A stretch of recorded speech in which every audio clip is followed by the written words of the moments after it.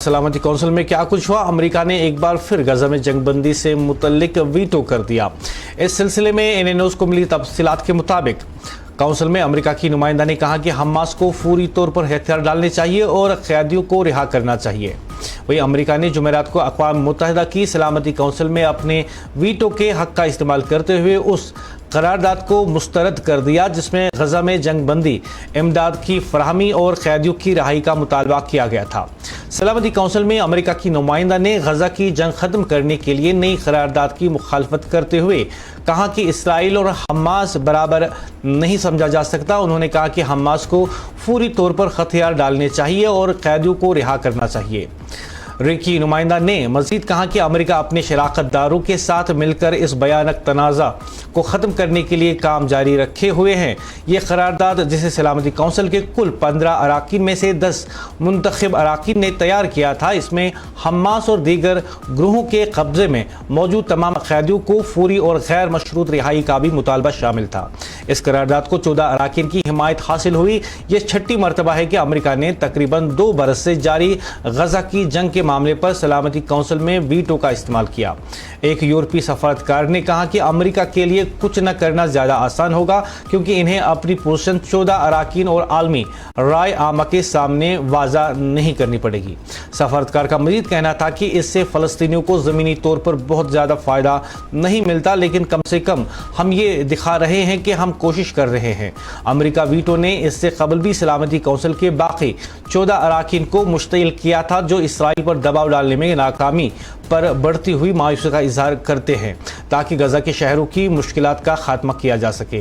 तल अबीब आलमी दबाव बढ़ रहा है कि वो इस जंग को रोके जो 7 अक्टूबर 2023 को हमास के हमले के बाद शुरू हुई थी। अक़वाम मुत्तहिदा की शराकती माहिरीन ने अगस्त में तस्दीक की थी कि गजा के बाज़ हिस्सों में कहत पड़ चुका है, ताहम इसराइल की तरदीद करता है और इल्ज़ाम लगाता है कि हमास इमदाद लूट लेती हैं। मंगल को अक़वाम मुत्तहिदा की एक कमेटी ने अपनी रिपोर्ट में इसराइल पर गजा में नस्ल कुशी का इल्ज़ाम आयद किया जिसे तल अबीब ने मुतस्सिब और गुमराहकुन करार दिया। साल 2024 में आलमी फौजदारी अदालत ने इसराइली वज़ीर आज़म नेतन्याहू और उसके वज़ीर दिफा के खिलाफ जंगी जराइम और इंसानियत के खिलाफ जराइम के इल्ज़ामात में गिरफ्तारी के वारंट भी जारी किए थे।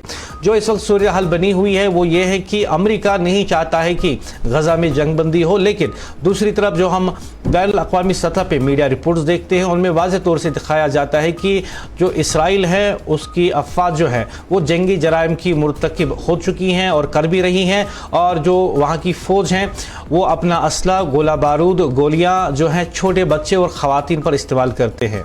और जब उनसे कहा जाता है कि गजा के लोग भूख की शिकार हैं और वहाँ पे छोटे बच्चे भूख से मर रहे हैं, तो उनका ये कहना होता है कि उस जो इमदाद उन तक पहुँचती है उसे हमास लूट कर ले जाती है। ये एक ऐसा झूठा दावा है इसराइल की तरफ से जिससे अक्सर जो इस्लामी ममालिक है उन्होंने कहा कि असल में ये वहाँ पे मुसलमानों की नस्ल कुशी करना चाहता है।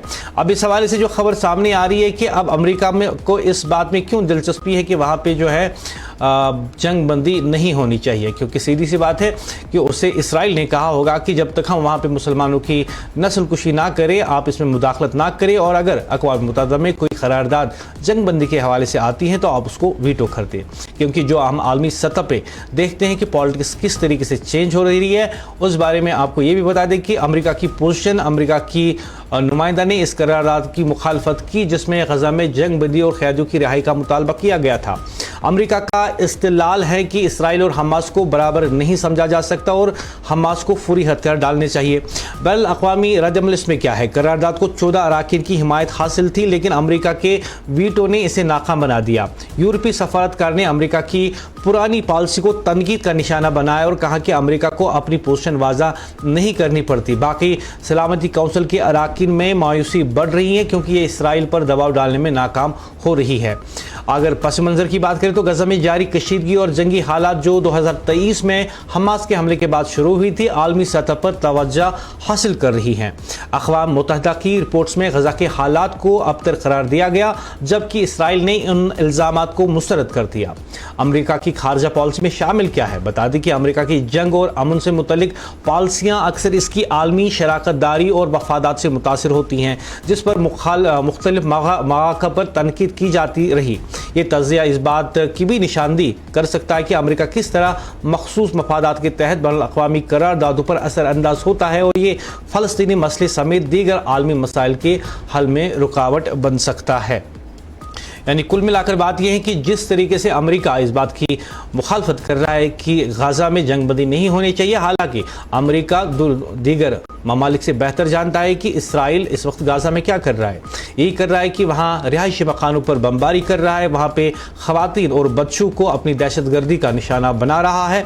और इस तरीके से हमने देखा कि अक्सर ममालिक ने जो हैं वो इसराइल को दहशतगर्द रियासत करार दे दिया है। पिछली बार भी हमने देखा कि जब ईरान ने जो है मुँह तोड़ जवाब इसराइल को दिया था, तो उस वक्त भी ईरान ने कहा था कि हम इसराइल की दहशतगर्द फौज पर हमला कर रहे हैं। बाद में जो है इसराइल को रोते रोते अमेरिका के पास जाना पड़ा और बताना पड़ा कि आप हमारी मदद कीजिए, नहीं तो आने वाले 2-3 दिनों में ईरान हमें खा ही जाएगा। और तब भी जो है अमेरिका को सामने आना पड़ा ताकि जो इसराइल है वो वहाँ पे बचा रहे। इस तरीके से हम देख रहे हैं कि आलमी मंजर पे और बैनुल-अक़वामी सतह पे असल में एक दूसरे की मदद कब की जाती है, जब आपकी आपस में शराकतदारी हो। भले ही एक मुल्क दूसरे मुल्क में दूसरे कौम की, दूसरे मज़हब से ताल्लुक़ रखने वालों की नस्ल कशी करे, लेकिन अगर आपका इत्तेहाद किसी एक ऐसे मुल्क से है जो आपका दिफा कर सकता है, तो दुनिया की नज़र में आप कोई गुनाह नहीं कर रहे हैं, बल्कि आपका साथ दिया जाएगा और कहा जाएगा कि ये बिल्कुल सही काम कर रहे हैं। ये इस वक्त का आलमी जो मंजर है बना हुआ है।